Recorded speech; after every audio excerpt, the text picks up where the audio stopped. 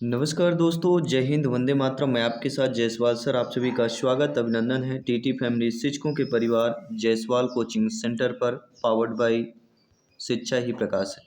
दोस्तों, बात करेंगे एमपी बायोलॉजी की क्लास नंबर 4 रहेगी बाय जायसवाल कोचिंग सेंटर।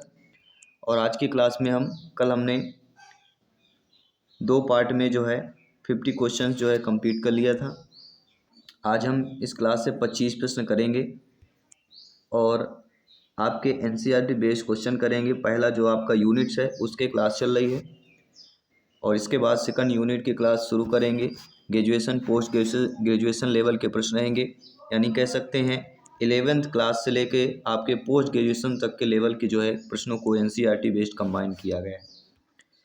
क्या आप सभी लोग तैयार हैं? बाकी प्लेलिस्ट ऑलरेडी बना दी गई है। इसके पहले अगर क्लासेज आपने नहीं देखा है तो चलिए शुरुआत करते हैं, जिसमें से पहला प्रश्न आज की क्लास का कि विषाणुओं में प्रोटीन आवरण में संलग्न डीएनए होता है, प्रोकैरियोटिक केंद्रक होता है, केंद्रक झिल्ली में संलग्न डीएनए होता है या झिल्ली संलग्न डीएनए होता है। सभी कमेंट कीजिएगा। तो विषाणुओं में क्या होता है?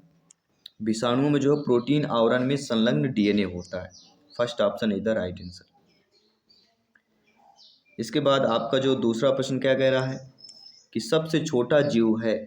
4 ऑप्शन दिया गया है, अमीबा, ईस्ट, नीला हरा शैवाल और लाल या भूरा शैवाल। इन चारों में से सबसे छोटा जीव कौन सा है? सभी कमेंट कीजिएगा। मेरे प्यारे प्यारे भाइयों की प्यारी प्यारी बहनें, गृहिणी, जिनका सपना है टीटी एग्जाम को क्रैक करना, 101% सिलेक्शन पाना और 100 में से 80 प्लस का स्कोर प्राप्त करना, सभी कमेंट कीजिएगा। सबसे छोटा जीव क्या होता है? सबसे जो छोटा जीव नीला हरा शैवाल। C option is the right answer. इसके बाद आपका है अगला प्रश्न। अगला प्रश्न है, होलोजोइक प्रकार का पोषण पाया जाता है। प्रोटोजोआ में, फाइटोप्लांक्टन में पाया जाता है, साइनोबैक्टीरिया में पाया जाता है या कवक में पाया जाता है। यहाँ पे सभी कमेंट कीजिएगा। आप सभी लोग जानते हैं होलोजोइक प्रकार का जो पोषण होता है वह आपके प्रोटोजोआ में पाया जाता है। First option is the right answer हो जाएगा। इसके बाद हम बात करेंगे आपके अगले प्रश्न की। अगला प्रश्न है, बहुकोशिकीय अपघटक किस जगत से संबंधित है? मोनेरा, प्रोटिस्टा और आपके कवक और प्लांटी की बात करेंगे। 4 ऑप्शंस आपके स्क्रीन पर ऑलरेडी दिए जा चुके हैं। तो बहुकोशिकीय अपघटक किस जगत से संबंधित हो जाता है? वह आपका कवक जगत से जो है संबंधित हो जाता है। इसके बाद दोस्तों आपका जो अगला प्रश्न दिया गया है कि लाइकेन का उत्पादन होता है सोरडिया, आपके कोनोडिया, जोस्पोरस या जाइगोस्पोरस की बात करते हैं। 4 बेहतरीन लाजवाब ऑप्शन दिए गए। देखिए, लाइकेन का जो उत्पादन होता है वह आपके सोरडिया की बात करते हैं। First option is the right answer. इसके बाद अगला प्रश्न रहेगा जो कथन से रिलेटेड प्रश्न है। कथन पहला दिया गया है कि लिनियस ने रूपात्मक लक्षणों के आधार पर पौधों को पेड़ों, झाड़ियों और जड़ी बूटियों में वर्गीकृत किया है। कथन दूसरा कह रहा है कि अरस्तु ने जंतुओं को 2 समूहों में विभाजित किया, पहला एनिमा और दूसरा एनीमा। अनिमा और एनीमा। अब इनमें से बताना कौन सा कथन सही है, कौन सा नहीं। तो यहाँ पे देखिए, लीनियस ने रूपात्मक लक्षणों के आधार पर कौशल जो पेड़ के आधार पर बांटा है, झाड़ी जड़ी बूटी वर्गीकृत किया है, पहला कथन गलत दिया गया। लेकिन जो दूसरा कथन दिया गया, अरस्तु ने जंतुओं को 2 समूह में बांटा है, पहला अनिमा और दूसरा है एनिमा। तो यहाँ पे जो दिया गया केवल कथन 2 सही हमारा दिया गया। ठीक है, नो डाउट सारी चीज़ें क्लियर हो चुकी हैं। इसके बाद हम बात करेंगे आपके अगले प्रश्न की तरफ। अगला प्रश्न यहाँ पे दिया गया कि जीवों के वर्गीकरण के लिए व्हिटेकर द्वारा निम्नलिखित में से कौन सी विशेषता का उपयोग किया जाता है? पोषण के तरीका का, थैलस संगठन का, फाइलोजेनेटिक रिश्ते का या उपरोक्त सभी का किया जाता है। देखिए, आप सभी लोग जानते हैं जीवों के वर्गीकरण के लिए व्हिटेकर की जो विशेषता का उपयोग किया जाता है, पोषण का तरीका भी है, थैलस संगठन भी है और फाइलोजेनेटिक रिश्ते भी हैं। अर्थात जो डी ऑप्शन दिया गया उपरोक्त सभी वाला ऑप्शन हमें आ रहा है, यहाँ पे सही हो जाएगा। इसके बाद आपका जो अगला प्रश्न दिया गया है कि वर्गीकरण की व्हिटेकर प्रणाली के सही मिलान का चयन करना है। मोनेरा में एक कोश की ऑस्मोट्रॉप्स, निर्माता और decomposer, true cellulosic cell wall की बात करते हैं। दूसरा बी दिया गया प्रोटिस्टा, एक कोष की यूकैरियोटिक फोटो ऑटोट्रॉप्स और केमो ऑटोट्रॉप्स की बात करते हैं। तीसरा है कवक बहुकोष की ढीले ऊतक यूकैरियोटिक ऑस्मोट्रॉप्स या चिटनिस दीवार की बात करते हैं। और चौथा दिया गया है एनीमेलिया, बहुकोष की यूकैरियोटिक अंग या अंग प्रणाली होलोजोइक, कोई सैप्रोबिक नहीं है। देखिए इनमें से जो हमारा वर्गीकरण की विटेकर प्रणाली का सही मिलान कर रहा है वह हमारा दोस्तों कवक, इसमें बहुकोष की ढीले ऊतक है, यूकैरियोटिक, ऑस्मोट्रॉप्स और चिटनिस दीवार। C option is the right answer. इसके बाद है दोस्तों आपका अगला प्रश्न कि निम्नलिखित में से किस जगत के जीवों में केंद्रक झिल्ली नहीं होती है? प्रोटिस्टा में, कवक में, मोनेरा में, प्लांटी में। जी हाँ, किस जगत के जीवों में केंद्रक झिल्ली नहीं होती? देखिए केंद्रक झिल्ली प्रोटिस्टा में होती है, कवक में होती है, प्लांटी में होती है, लेकिन मोनेरा जगत के जीवों में केंद्रक झिल्ली नहीं होती, इसलिए question Monera. C option is the right answer. अगला प्रश्न है प्रोटिस्टा है। प्रोटिस्ट क्या होता है? एक कोष की यूकैरियोटिक्स होता है, बहुकोष की यूकैरियोटिक्स होता है, एक कोष की प्रोकैरियोट्स होता है, या एक कोष की एकैरियोट्स होता है। तो आप सभी लोग जानते हैं जो प्रोटिस्ट होता है वह हमारा एक कोष की यूकैरियोट्स कहला जाता है, यानी first option is the right answer. कोई भी डाउट हो बेफिक्र आप लोग कमेंट कर सकते हैं। आपका प्रत्येक कमेंट फीडबैक सर्वोपरि है। शर्मान है, जायसवाल सर अभिनंदन, स्वागत करते हैं। दोस्तों जीवाणुओं को आदिम जीव माना जाता है क्योंकि वे आरंभिक केंद्रक रखते हैं, छोटे सूक्ष्म पौधे होते हैं जो नग्न आँखों से नहीं देखे जा सकते हैं, मनुष्य, पालतू जानवरों और फसल के पौधों को गंभीर रोग पैदा करते हैं, या कह सकते हैं कि एंडोस्पोर का उत्पादन करते हैं जो प्रतिकूल परिस्थितियों के लिए बहुत प्रतिरोधी होते हैं। देखिए दोस्तों जीवाणुओं को आदिम जीव इसलिए कहा जाता है क्योंकि ये आरंभिक केंद्रक रखते हैं। क्या रखते हैं? आरंभिक केंद्रक। आ से आरंभिक, आ से आदिम जीव, ये ध्यान देना आप लोगों को। इसके बाद है आपका अगला प्रश्न। अगला प्रश्न है निम्नलिखित में से कौन सा वर्णक जो है साइनोबैक्टीरिया में मौजूद है? Chlorophyll A, chlorophyll B, chlorophyll C, या क्लोरोफिल डी। सभी कमेंट कीजिएगा। जी हाँ दोस्तों, इनमें से कौन सा वर्णक जो है साइनोबैक्टीरिया में मौजूद है और वह कहलाता है क्लोरोफिल ए। क्लोरोफिल ए जो है आपके साइनोबैक्टीरिया, क्लोरोफिल एक जो वर्णक है इस साइनोबैक्टीरिया में मौजूद होता है। अगला प्रश्न देख लेते हैं। 70S राइबोसोम, क्रोमैटोफोर और सर्कुलर डीएनए पाए जाते हैं। किस में पाए जाते हैं? सभी यूकैरियोट्स में, सभी प्रोकैरियोट्स में, कुछ प्रोकैरियोट्स में, या कुछ यूकैरियोट्स में और कुछ प्रोकैरियोट्स में पाए जाते हैं। 70S राइबोसोम जो होता है यह एक क्रोमैटोफोर और सर्कुलर जो डीएनए पाया जाता है कुछ प्रोकैरियोट्स में पाया जाता है, कुछ प्रोकैरियोट्स में। C option is the right answer. इसके बाद अगला प्रश्न है कि इनमें से कौन सा सबसे छोटी जीवित कोशिका है और बिना ऑक्सीजन के रह सकती है? माइकोप्लाज्मा, माइकोराइजा, यूग्लिना, या ट्रिपैनोसोमा की बात करते हैं। 4 बेहतरीन लाजवाब ऑप्शन दिए गए। तो सबसे छोटी जीवित कोशिका है और बिना ऑक्सीजन के रह सकती है, वह कहलाती माइकोप्लाज्मा। माइकोप्लाज्मा सबसे छोटी जीवित कोशिका है और बिना ऑक्सीजन के भी ये रह सकती है। अगला प्रश्न है एस्चेरिचिया कोलाई में पीढ़ी का कोई विकल्प नहीं है क्योंकि सिंगैमी है, न्यूक्लीकरण विभाजन है, संयुग्म है, दोनों, या एक व दोनों की अनुपस्थिति के कारण। देखिए एस्चेरिचिया कोलाई में पीढ़ी का कोई विकल्प नहीं है क्योंकि 1 और 2 की अनुपस्थिति, सिंगैमी की भी अनुपस्थिति होती है और न्यूक्लियर विभाजन की भी अनुपस्थिति होती है, इसलिए डी ऑप्शन सही हो जाएगा कि एस्चेरिचिया कोलाई में पीढ़ी का कोई विकल्प नहीं होता है सिंगैमी न्यूक्लीकरण विभाजन के अनुपस्थिति के कारण, ए और बी दोनों के अनुपस्थिति के कारण।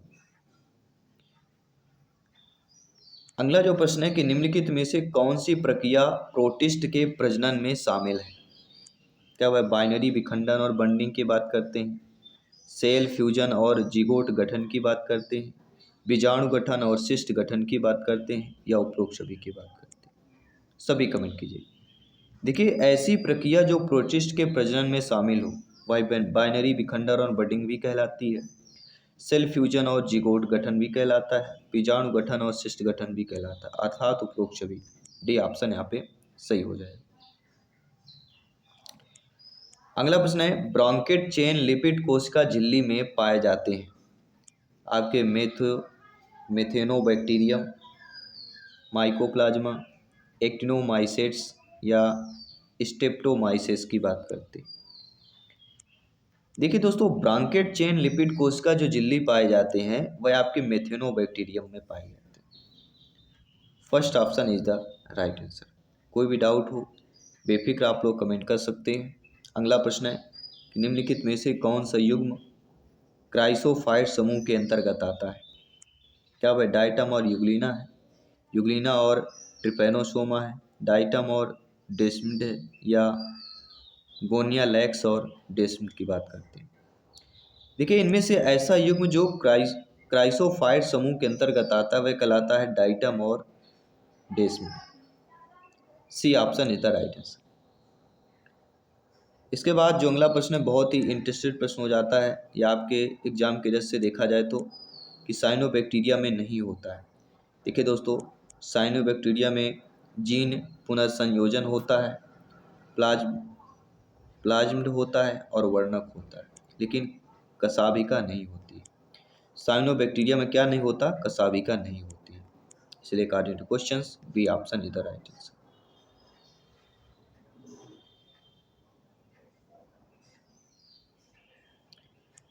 अगला प्रश्न है, निम्नलिखित में से कौन सा अमीबी प्रोटोजोआ का उदाहरण है?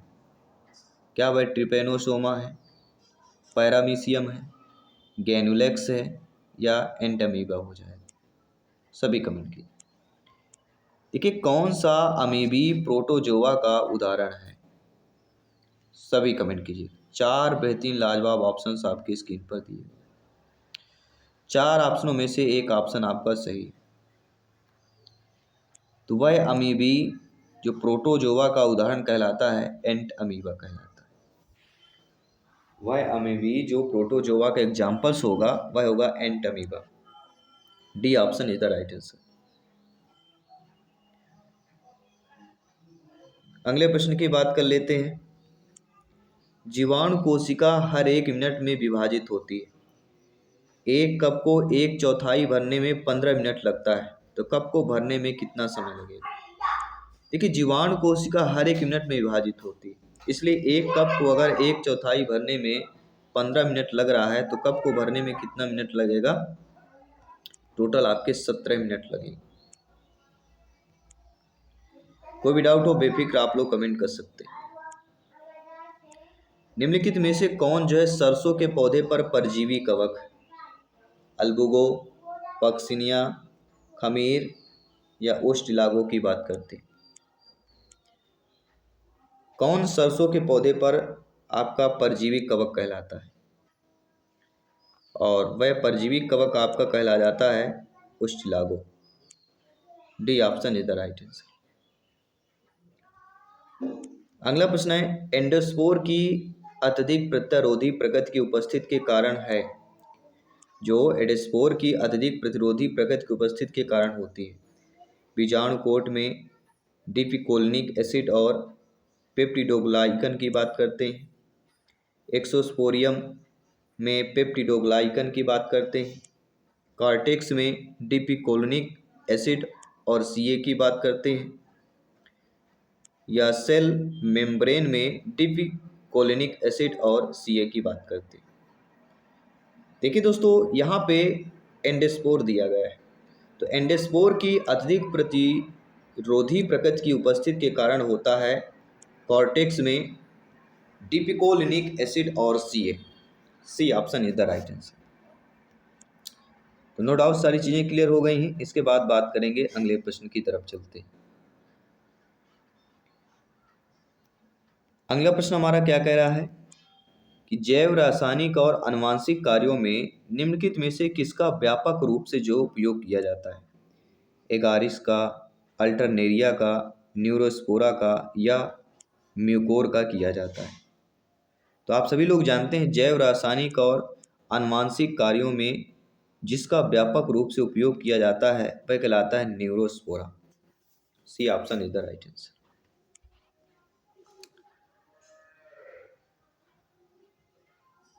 इसके बाद हम बात करते हैं आपके अगले प्रश्न की बात करेंगे।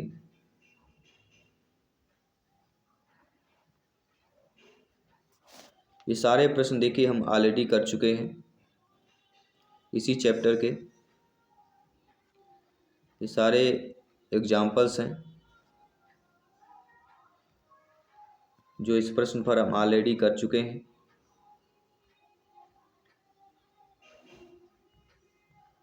और अभी हमें 74 क्वेश्चन तक हम कर चुके हैं। इसके बाद 75 का क्वेश्चन जो है आप लोगों की स्क्रीन पर ऑलरेडी आ चुका है। प्रश्न पूछा गया है, कुछ जीवाणुओं द्वारा निर्मित एंडोस्पोर्स वास्तव में प्रजनन होता है, पेरिनेशन होता है, बायोलिग्मिनेशस होता है या लाल पर्व गठन के साधन होते हैं। तो आप सभी लोग जानते हैं जो कुछ जीवाणुओं द्वारा निर्मित एंडोस्पोर्स वास्तव में क्या होता है, वास्तव में पेरिनेशन होता है। B option is the right answer. अगला प्रश्न रहेगा जो आप सभी के लिए मॉक क्वेश्चन के रूप में रहेगा कि निम्नलिखित में से कौन सा या कौन से ड्यूटेरोमाइसिटीज का उदाहरण है। जी हाँ, यहाँ पे क्या पूछा गया है, केवल एक शब्द देख लीजिए, ड्यूटेरोमाइसिटीज का एग्जाम्पल्स बताना है। क्या वह अल्टरनेरिया है, कोलेट्रोट्रिचम है, ट्राइकोडर्मा है या ये सभी हो जाएंगे। तो ड्यूटेरोमाइसिटीज के एग्जाम्पल्स आपको बताना है कौन सा होगा।